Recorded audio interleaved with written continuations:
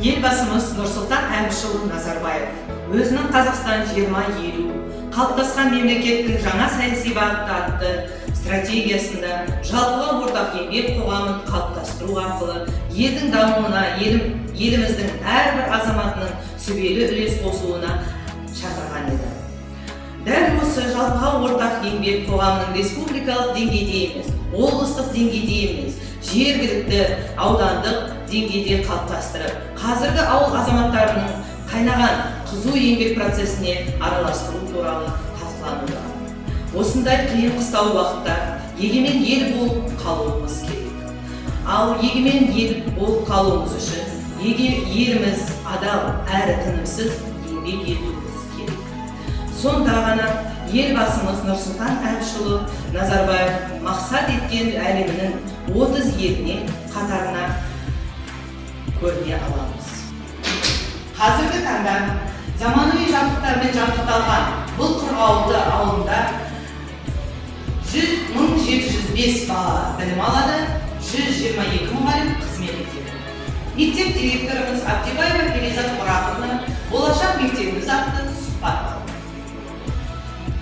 Бүгінгі таңда білім беру жүйесінде жүріп жатқан өзгерістер педагогтардың үздіксіз кәсіби даму қажеттілігін айқындап отыр. Оларды біліммен, дағдымен қамтамасыз ету және олардың пікірлерін өзгерту жеткілікті емес. Ол үшін біз мектепке өзгеріс енгізіп, инновациялық қадамдар жасап, жаңа мәдениет құруымыз керек.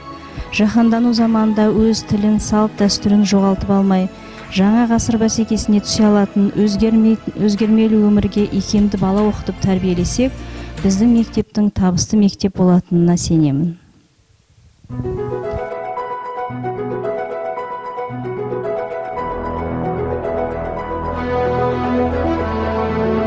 Мектеп.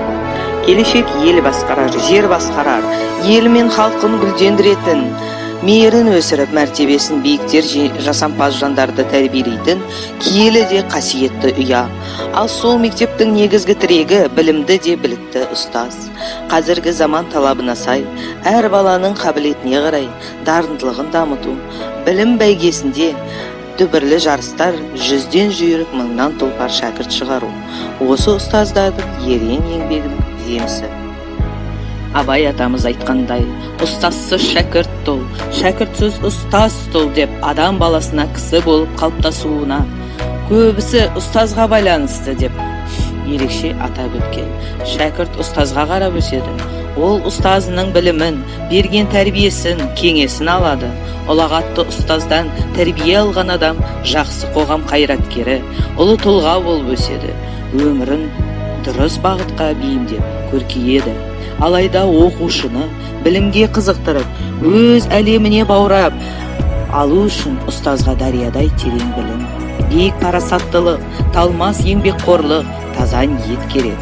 Осы орайда біздің мектебімізде дәл осындай қабілет пен қасиеттерді бойына сіңіре білген ұстаздар жетерлік. Биылғы 2017-2018 оқу жылы біздің мектеп ұжымы үшін үлкен жетістіктер мен жеңістерге толы жыл болды.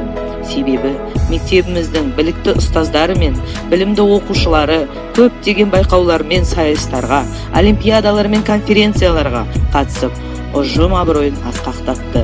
Жақсысының жақсылығын ай, нұры тасысын деп дана халқымыз айтқандай, осы орайда ұжымдағы ұстаздарымның еңбектерін атап, айтып, өтпеу үшін әділетсіз деп білемін.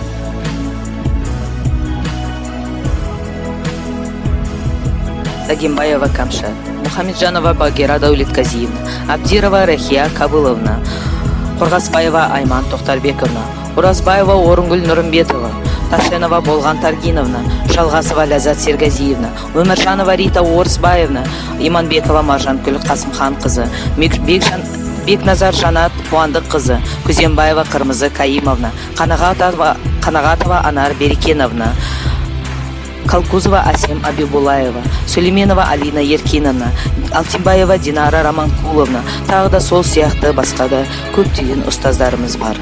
Осы ұстаздар жайында халқымыздың ұлы батыр Бауыржан Момышұлы ұстаздық ұлы құрмет, себебі ұрпақтарды ұстаз тәрбиелейді. Болашақтың басшысын да, данасын да, ғылымын да, еңбекқор егіншісін де, кеншісін де ұстаз өсіреді.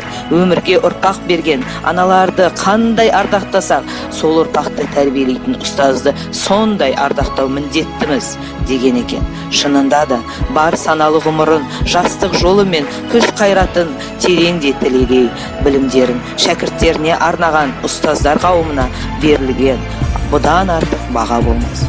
Осы орайда өзім қызмет жасайтын мектеп ұжымдағы өз ісіне берілген жаңалықты жатсынбай қабылдайтын шәкіртінің жанына нұр құйып, өмірге өзі де бақытты болып, өзгелерді де бақытқа жеткізсем деп жүретін барша әріптестеріме, яғни ұстаздар қауымына шығармашылық шабыт пен толағай табыстар тілеп